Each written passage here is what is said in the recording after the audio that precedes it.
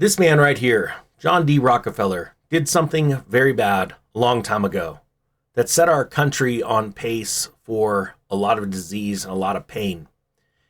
He threatened to pull college funding because of remedies that were out there to heal people. And instead, he wanted to push his own agenda. Watch this video and take a piece of history and apply it to our current times. Let's do this. In 1910, a man who never practiced medicine wrote a report that closed more than half the medical schools in America.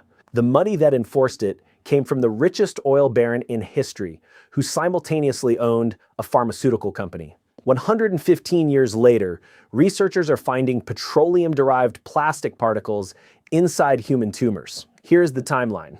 Before 1910, the U.S. had 131 medical schools teaching homeopathy, naturopathy, herbal therapy, and the emerging biomedical model, all competing openly. The Carnegie Foundation commissioned Abraham Flexner, who held a classics degree and had never treated a patient in his life. I am going to read this timeline to you from the public record. Every source is named, every date is verifiable. The Flexner Report recommended closing every school that did not adopt the biomedical pharmaceutical model. 131 schools reduced to 76. Of 15 homeopathic medical schools, all but 2 were closed. 25 schools shut within 3 years. Student enrollment was cut by 50% at the institutions that survived. The money came from John D. Rockefeller, the founder of Standard Oil, the largest petroleum company in the world. Rockefeller provided support to schools that adopted his model and withdrew funding from those teaching herbal medicine. All but 2 black medical schools were closed. An estimated 35,000 black physicians who would have graduated by 2019 were never trained. A 29% reduction that persists to this day. Flexner recommended black doctors not be trained as surgeons, but instead be educated in hygiene to prevent black people, from his words, contaminating their white neighbors. Universities reverted to male-only admittance to accommodate the smaller pool.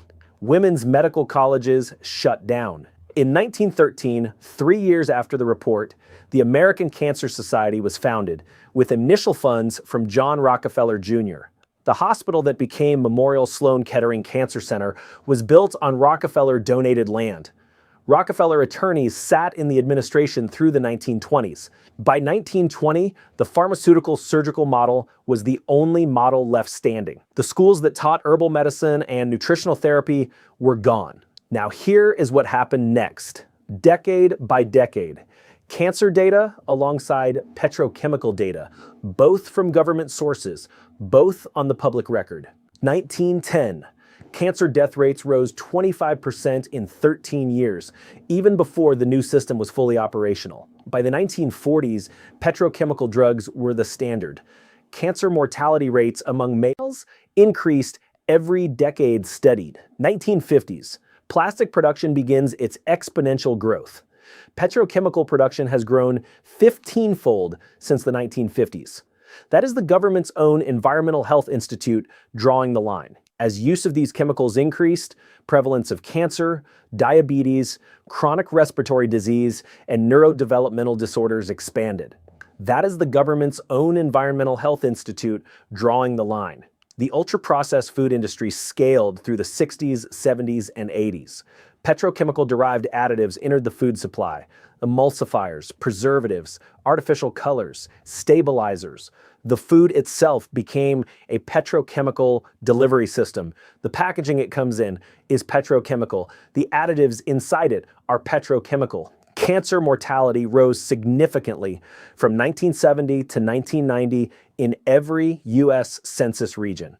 Every region, without exception. Here is where the timeline turns. While mortality in those over 50 fell, rates in people under 50 began to rise. Young-onset colorectal cancer rising 2 to 3% per year, steepest in those in their 20s, higher in their 30s than their 40s or 50s. The generation that grew up eating from plastic packaging, drinking from plastic bottles, heating food in plastic containers. They are the generation with the fastest rising cancer rates in the beta. 2024, researchers detected microplastics inside human tumors, cervical tumors, adjacent normal tissues, blood samples, 13 polymer types identified. Microplastics were consistently higher in cancerous tissues compared to adjacent normal tissues. Bottled water consumption and plastic packaged beverages correlated with elevated levels. Petroleum-derived plastic particles inside the tumors at higher concentrations than in the healthy tissue around them. Mistletoe was introduced in 1920.